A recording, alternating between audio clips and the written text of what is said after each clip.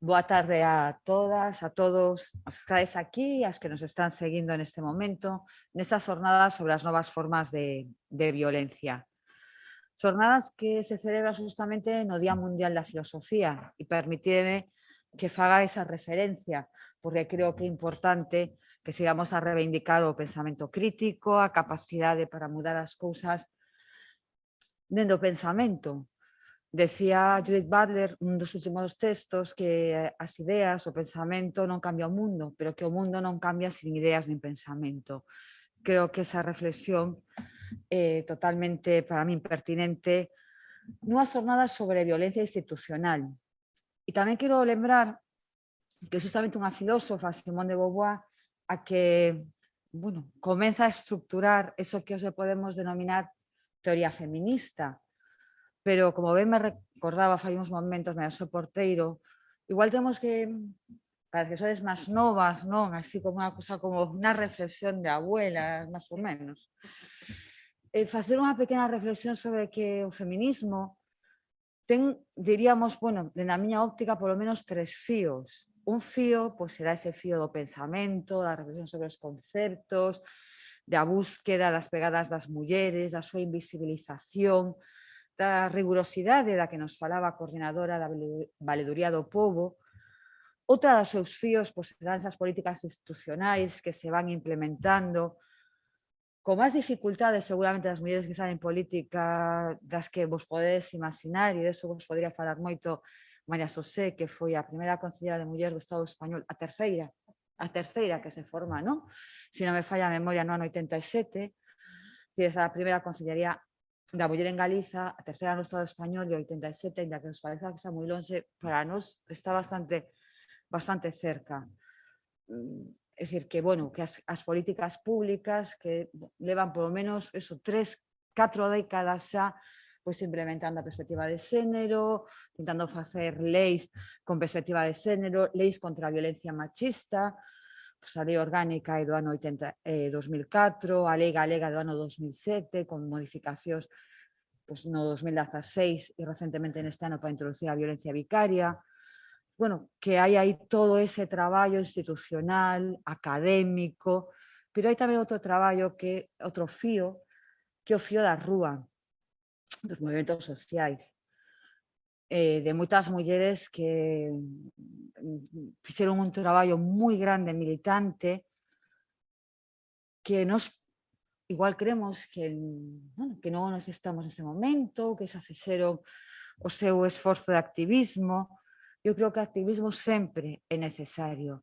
Mas o feminismo da rúa sempre foi vanguarda. Foi vanguarda e debe, na miña óptica, esa é unha opinión personal, debe ser sempre vanguarda. Igual as políticas públicas non poden querer correr a mesma velocidade, porque, as institucións tienen certos engranaxes moi difíciles de mover, que hai que estar empurrando constantemente, pero se algo ten a rúa e o activismo feminista, ter sido capaz de pensar sempre outro mundo dende o desexo, dende o compromiso, dende a búsqueda fundamentalmente de espazos de liberdade. E as mulleres sabemos moito das dificultades de buscar esos espazos de liberdade.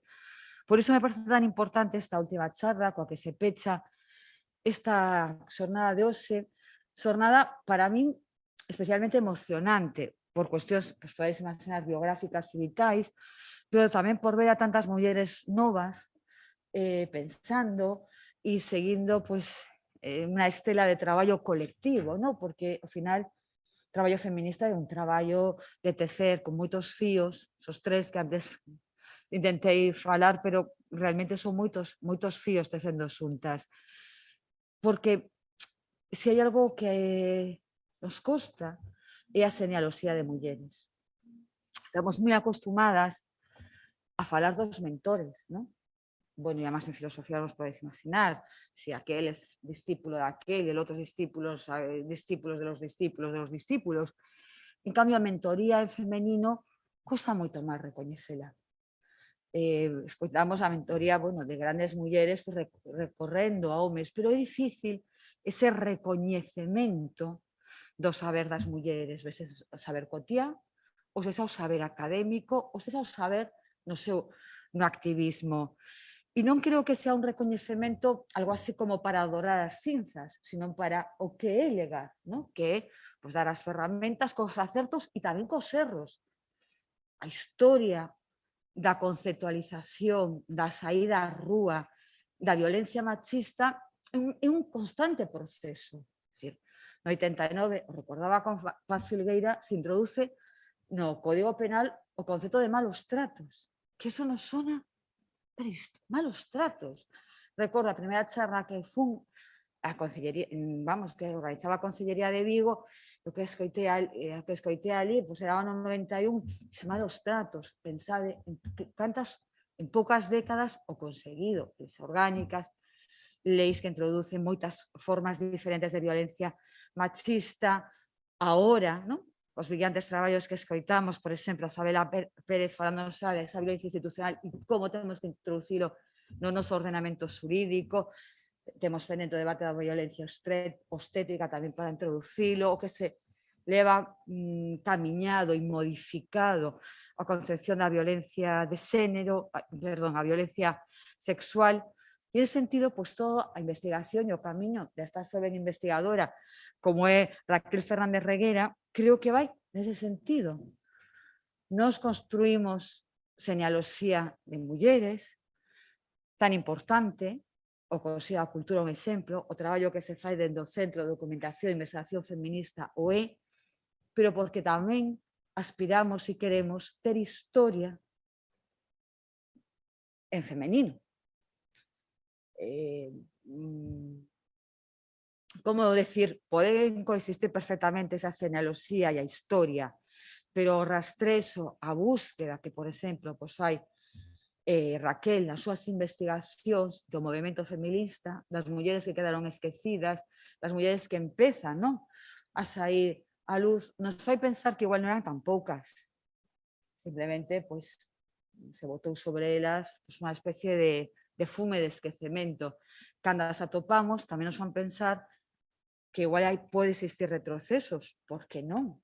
Porque na historia nunca para nada é lineal, sino que vamos vendo curvas no camiños, voltas e reviravoltas, espirais. Por lo tanto, é tan importante que en unhas jornadas sobre novas formas de violencia estedes vos, as mozas, as que tedes que seguir buscando e rebuscando e seguramente legando, pues para min, algo tan importante como que fai Raquel, que buscar tamén no propio movimento feminista. Que hai aí? Cales foron as súas reivindicacións? Por que tan importante o movimento feminista na transición? De onde viñan? Cales son as reivindicacións? Como van mudando esas reivindicacións? Como son agora? Cales son as que tedes como retos de futuro? Descubrir mulleres e facer ese activismo na rede, mulleres galegas en Instagram e a súa conta, que, bueno, pois unha forma de que as mozas tamén vexan esa necesidade de pensarnos en femenino.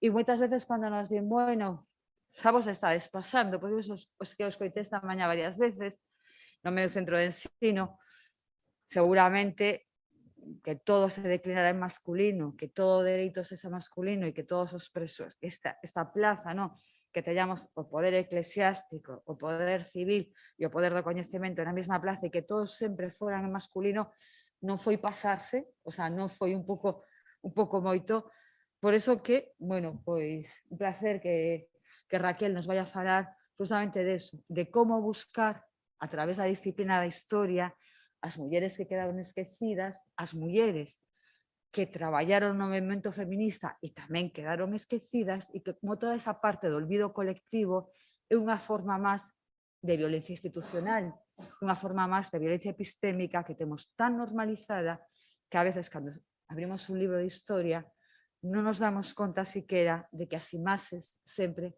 son en masculino. Por iso que, Raquel, pues nada, moitas grazas e adiante. Bueno, moitas grazas ao Consello da Cultura Galega por organizar estas xornadas, a María Xosé e a Mariam, que bueno, me trataronme genial no CEDIF, estou moi agradecida por deixarme investigar e que poñades todo ese coñecemento a disposición das investigadoras e da xente interesada en coñecer a historia do movemento feminista en Galiza. A miña intervención vaise centrar nas expresións da violencia institucional exercidas contra o movemento feminista en Galiza durante a transición. Estas expresións podémolas ubicar no amplo campo da represión política que está íntimamente relacionada con outros dous conceptos que son o control social e a coerción. As accións violentas que vamos analizadas son identificadas con esa represión máis recurrente por parte das autoridades, quizáis menos cruenta, pero que ten uns claros fins coercitivos e desmobilizadores. É dicir, vamos a pôr o foco na prohibición sistemática de actos públicos, nas cargas policiais, nas detencións, as sancións económicas e as disolucións e intervencións policiais. Todo isto contra un movemento cuxas manifestacións eran pacíficas, de modo que intentaremos entender cal era a función desta violencia institucional no seu contexto político e social. Como sabedes, a violencia institucional non é fácil de rastrexar, xa que os organismos públicos sempre van intentar ocultala ou intentar xustificala de alguna maneira. De feito, durante anos vendeuse ese discurso oficial que fala dunha transición pacífica e modélica, dun exemplo exitoso de cambio dun réxime dictatorial a un estado democrático sen ningún tipo de derramamento de sangue, pero, sen embargo, se atendemos á prensa da época, menos afecta ao poder, podemos ver como se deixa entrever ou dá conta, segundo o caso, dos enfrontamentos violentos que se produciron entre as autoridades e os opositores reais ou potenciais, como pode ser o caso do movemento feminista, e que dan conta de que ese mito da transición inmaculada e pacífica non é veraz. Por tanto, para este estudo, o que utilizamos foron fontes xornalísticas procedentes do CEDIF, e tamén contamos con algunhas fontes orais que atestiguan estes feitos e que incluso comentan que se quedan curtos.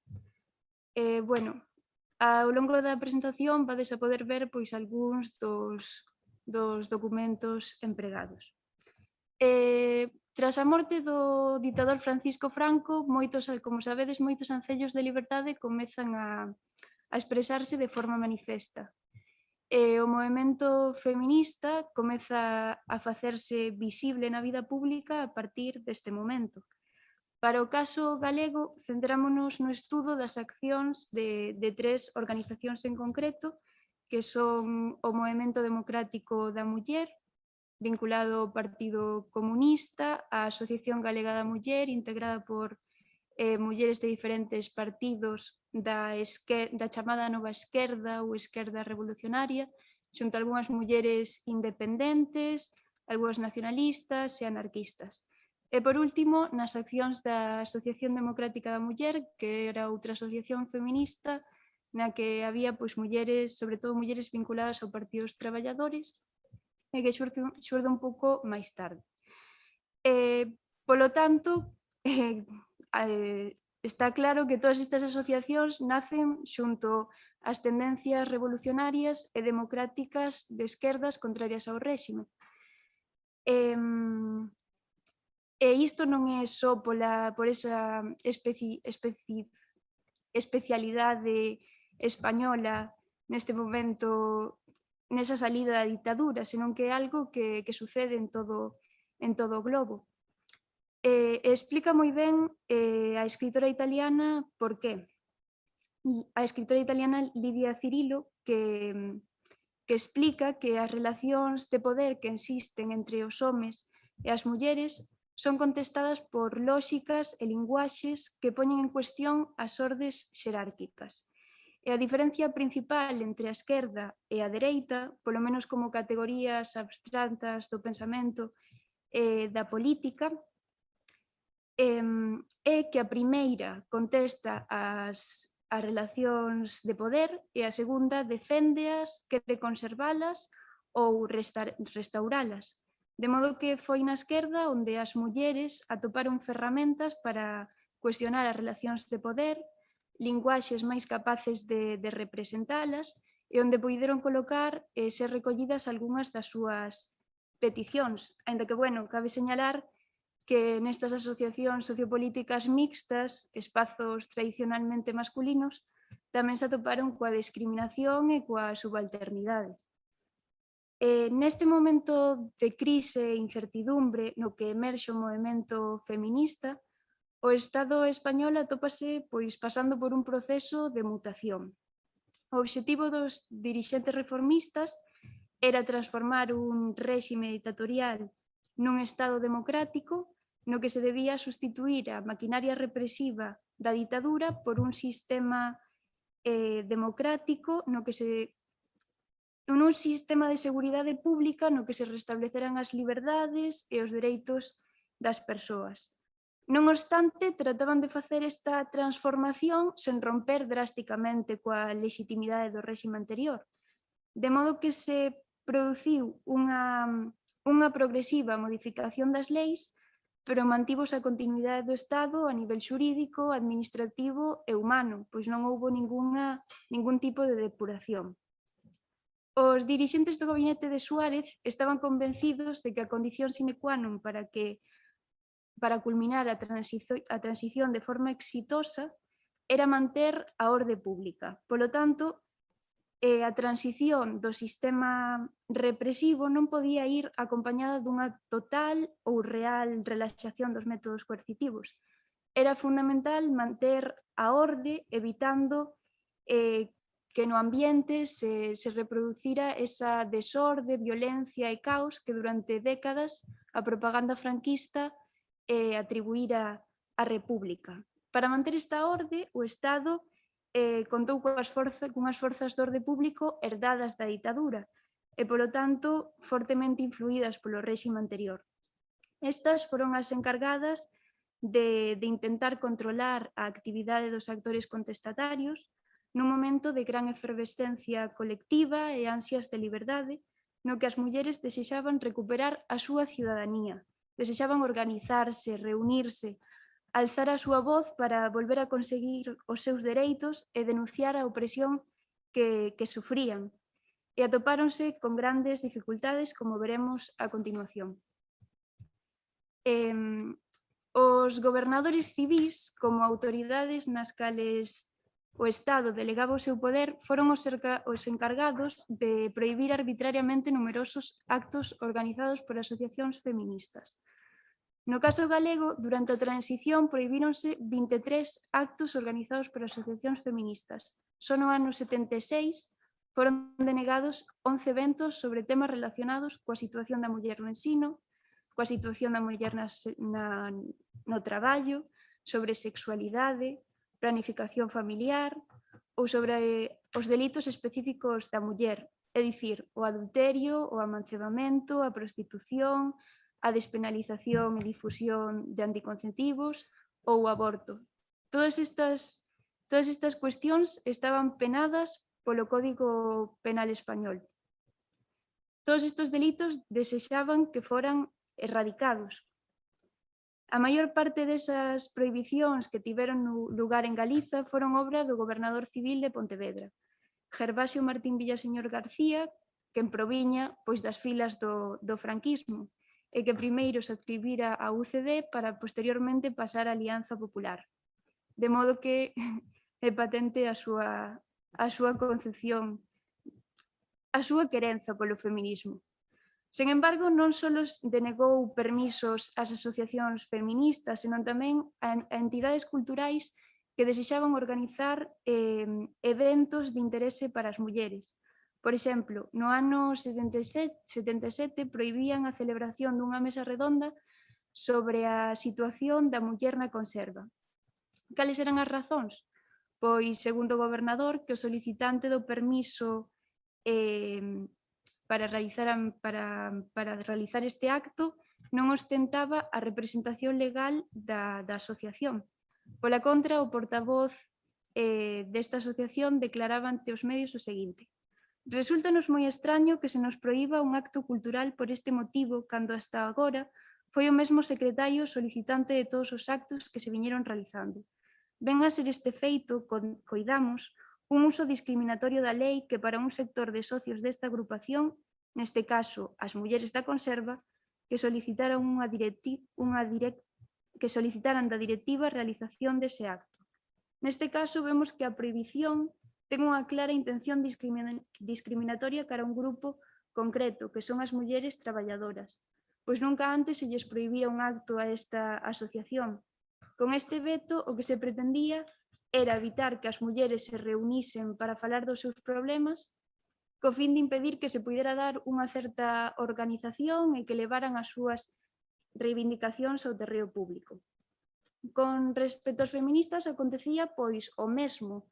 Non interesaba que máis mulleres tomaran conciencia da situación de opresión que vivían e que se sumasen a un movimento que cuestionaba pois todo, cuestionaba o sistema sexoxenérico, cuestionaba a institución familiar, demandaban dereitos como o divorcio ou aborto nun país no que a Igrexa tiña gran influencia e demandaban incluso pois, a ruptura democrática.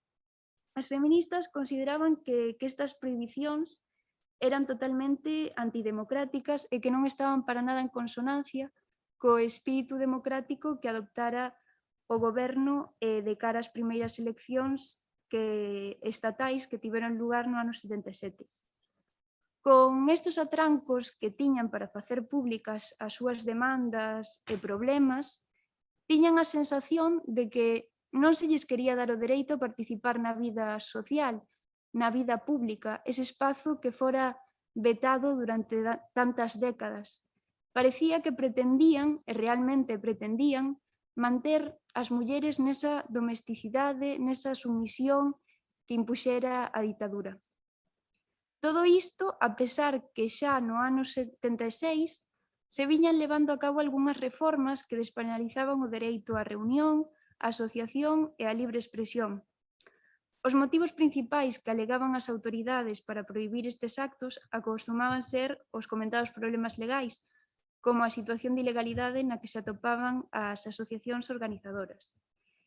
Tamén había outro tipo de alegacións, que era que o acto, segundo a consideración do gobernador civil, puidera supoñer unha ameaza para o mantemento da orde do espazo público e da paz social. Como aconteceu no ano 78, cando o gobernador civil de Pontevedra decidía prohibir por 2 veces a celebración dunha manifestación pro divorcio, segundo él, por la falta de legalidad de algunas organizaciones y por el peligro de posible alteración de la tranquilidad y paz ciudadana, dado el delicado del tema y las opiniones contradictorias sobre él existentes. O gobernador atrevíase a dar esta resposta cando todos os sondeos da época daban conta de que a maior parte da poboación española se posicionaba a favor do dereito ao divorcio. Sen embargo, esta resolución era o resultado dos incidentes que se produciran anteriormente noutra manifestación pro divorcio que tivera lugar na Coruña. Nesta marcha producírase un enfrontamento entre 15 individuos da extrema dereita e un grupo de manifestantes e por esta situación multárase aos organizadores da marcha, é dicir, as asociacións feministas. Non só por isto, senón porque tamén aparecera unha bandeira republicana, o cal agravaba a situación. De modo que, ante a posibilidade de que se puidera volver a repetir este suceso, que de feito foi así, noutras manifestacións producíronse accións violentas por grupos de extrema dereita que se dedicaban a lanzar pois cócteles molotov. De feito, nunha manifestación que tuvo lugar en Santiago, unha muller foi alcanzada polas lapas e queimáronlle as pernas. De modo que ante estas situacións o gobernador civil prefería denegar o permiso antes que blindar e protexer os dereitos democráticos das manifestantes. As prohibicións foron habituais e duraron pois ata o ano 80. É dicir, que a pesar das reformas do 76 xa mencionadas e da aprobación da Constitución no 78, que dicía que as forzas do orden tiñan a misión de protexer os dereitos e liberdades, ademais de garantizar a seguridade dos cidadáns, continuaban a negarse dereitos fundamentais ás feministas. Cabe sinalar que non só as asociacións feministas viviron estas prohibicións, senón que calquera actor político de carácter progresista podía sufrir a suspensión das súas actividades. Pero para o movemento feminista o machaque foi constante. O que sí detectamos é que estas prohibicións fanse de forma arbitrarias, xa que nalgúnas ocasións sí que lles permitiron os seus actos, pero noutras, na maioría, se lles denegaban. Pero ao mesmo tempo, na mesma data, permitíase conferencias ou encontros de sindicatos ou partidos políticos que gozaban dunha maior forza. De modo que en certas ocasións vemos como non se trata da mesma forma a todos os grupos contestatarios e que hai unha vontade coercitiva selectiva, que consiste en reprimir a uns grupos e tolerar a actividade de outros dependendo da ocasión. Segundo o sociólogo Charles Tilly, esta situación acostuma darse nos estados débiles, como era a transición, que estos estados, por un lado, vense obrigados a incrementar os seus umbrais de tolerancia, pero por outro, facilita menos acción colectiva e dirixe preferentemente a súa prohibición cara a grupos que consideran menos poderosos, como son as feministas. É máis fácil demostrar a súa forza contra este tipo de actores políticos que contra outros máis poderosos, como poden ser grandes sindicatos ou partidos políticos que tiveron certa forza durante a transición. Ademais destas prohibicións, as autoridades tamén se encargaron de sancionar económicamente e deter as integrantes das asociacións feministas por desenvolver actividades que consideraban subversivas. Traio aquí algúns casos, por exemplo, a finais do ano 76, dúas mulleres do MDM eran sancionadas en Ourense co pago dunha cantidade desorbitada, 50.000 pesetas cada unha, por difundir uns panfletos que anunciaban a celebración dunha conferencia sobre planificación familiar. Pouco tempo despois eran detidas en Vigo outras 3 mulleres por percar cartéis pola noite, o cal era un agravante, mulleres pola noite. Pouco tempo despois, no ano 78, eran detidas outras 6 mulleres por estar na rúa en Pontevedra cunha mesa unha mesa pequena na que tiñan propaganda e libros para a súa venta. Non tiñan permiso do gobernador civil, entón a policía decidiu intervir, requisarlles todo o que tiñan, metelas no furgón e levalas pois á comisaría, onde foron identificadas, tomáronselle declaración e puxéronse pois a disposición do xuzgado de instrucción de Garda. Este tipo de penalizacións desproporcionadas pretendían servir de exemplo para o resto de mulleres vinculadas a organizacións sociopolíticas opositoras ao réxime e, sobre todo, feministas. Con estes castigos exemplarizantes pretendíase sancionar a conducta das persoas que promovían un modelo de muller diferente, mulleres activas que estaban na rúa. Este tipo de modelo era considerado desviado fronte ao modelo que fora defendido polo réxime e que todavía pervivía, que era ese modelo basado na domesticidade feminina. Sen embargo, o obxectivo fundamental era desmobilizar as implicadas, ou polo menos intentalo, infundir medo a posibles aliadas e, en certa medida, esta situación, xunto ao tratamento que a prensa facía destes sucesos, axudaba a manter, en certa medida, esa idea negativa que existía das feministas en certos grupos sociais. Como comentábamos anteriormente, os corpos de seguridade do Estado foran herdados da ditadura. Eran unhas forzas conservadoras e reacias aos cambios. Na maior parte dos actos violentos perpetrados contra as feministas foron a mans da Policía Armada, máis coñecida como os grises, o que hoxe son as forzas antidisturbios que se encargaban de disolver toda concentración ou manifestación que tivera lugar en zonas urbanas. Eran unhas forzas moi militarizadas e vinculadas aos valores do réxime e vivían axenas a todos os cambios sociopolíticos que se estaban producindo. O seu obxectivo principal era acabar coa subversión, é dicir, dispersar e evitar sistemáticamente todo tipo de concentración das masas.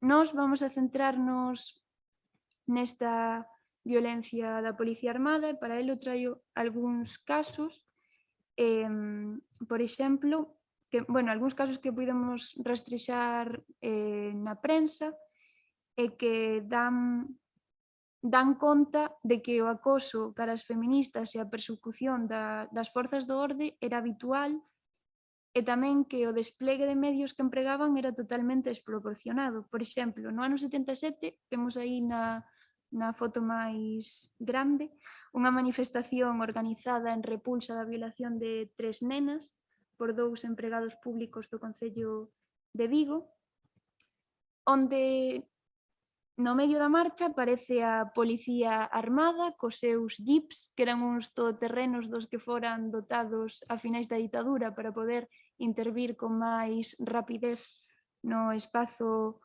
urbano, e xunto a estes policías armados en jeeps acompañábaos un autobús cheo de antidisturbios. Ante esta situación, moitas persoas, entre as que había mulleres con nenos, persoas de idade avanzada, decidiron pois fuxir. Tras falar coas autoridades, as feministas intentan falar coas autoridades para poder proseguir coa marcha explicándolles cal é o caso, cal é o motivo da manifestación. Logran entrar en razón, porque é un caso que realmente conmocionou a sociedade viguesa, e consiguen continuar. Sen embargo, prodúcese pois unha ruptura da marcha, paralízase o tráfico rodado, e isto volve a facer que aparezcan outra vez a Policía Armada con sirenas, apresurándose, e todo isto provoca ao final pois unha desbandada, xente correndo, gritos, e finalmente acababa co lanzamento de botes de fume e un coche ardendo. Pola contra, noutra manifestación que tiña lugar pouco tempo despois por un caso de acoso de abuso sexual no ámbito laboral contra unha muller que traballaba no Corte Inglés, non houbo opción de diálogo. Directamente cargaron contra as mulleres presentes. Por que? Porque non era o mesmo intervir nunha manifestación que se estaba producindo en repulsa dunhas menores inocentes que intervir contra unha manifestación cuxo motivo era pois o sufrimento que se produciran acoso sexual no ámbito laboral. Os prexuízos dos policías automáticamente o que facían pois era desconfiar do relato da vítima, polo tanto preferíase optar por acalar a reivindicación e o descontento das feministas. Despois de rastrexar todas estas noticias, deducimos que era habitual que a Policía Armada aparecera en todas as concentracións e manifestacións das feministas facendo un uso da forza e demostrando que tiñan medios suficientes para facelo. Normalmente deixaban que se xuntaran para posteriormente obligalas a disolverse. Esta era unha forma de demostrar simbólicamente a capacidade que tiñan para dominar a través duns medios que posuían e que exhibían. Deste xeito demostraban un poder que incluía por unha parte unha ameaza e pola outra unha advertencia. Outro tipo de violencia simbólica era a confiscación de pancartas, de bandeiras, mesas como estas. Estes eran os tipos de postos que poñían na rúa. Ou tamén xestos como arrancarlles de forma violenta as pegatinas que levaban pegadas á roupa. Por exemplo, no caso, isto aconteceu nunha manifestación silenciosa que se realizou en Vigo en solidaridade coas mulleres iranís.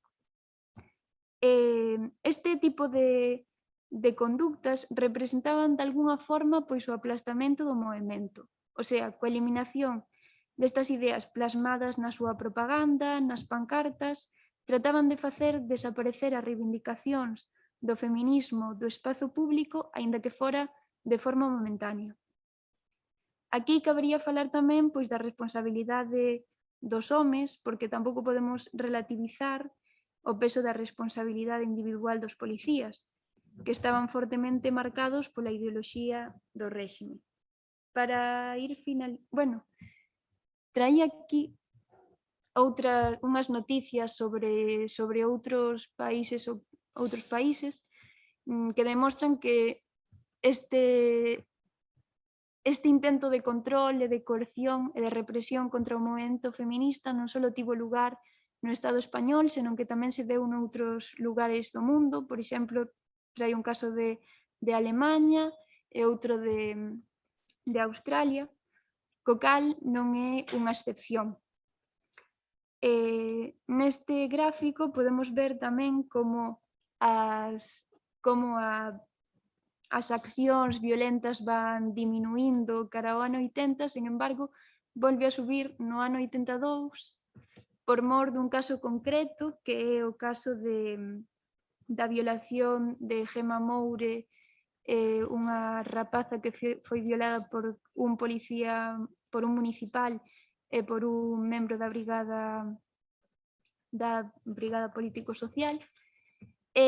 Claro, todo isto pois provocou a reacción das feministas que expuxeron públicamente quenes eran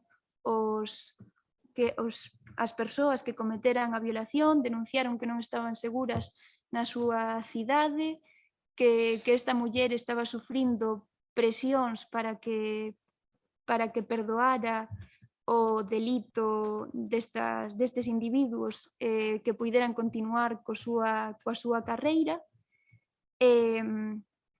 Claro, todo isto implicou que foran reprimidas outra vez con multas, con intervencións policiais, disolucións, confiscación de pancartas, propaganda, todas estas cousas que temos visto ata o de agora.